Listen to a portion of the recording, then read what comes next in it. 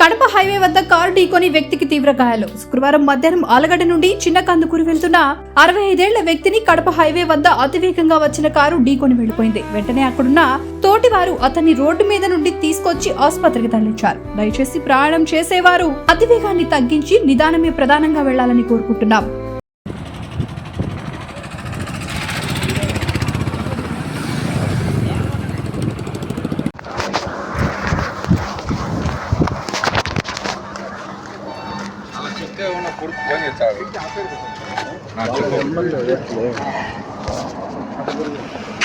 అనుకో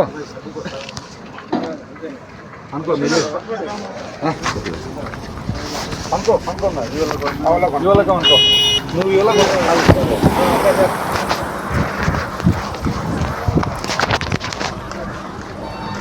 చెప్తే ఉన్న కొడుకు పని చేస్తాడు.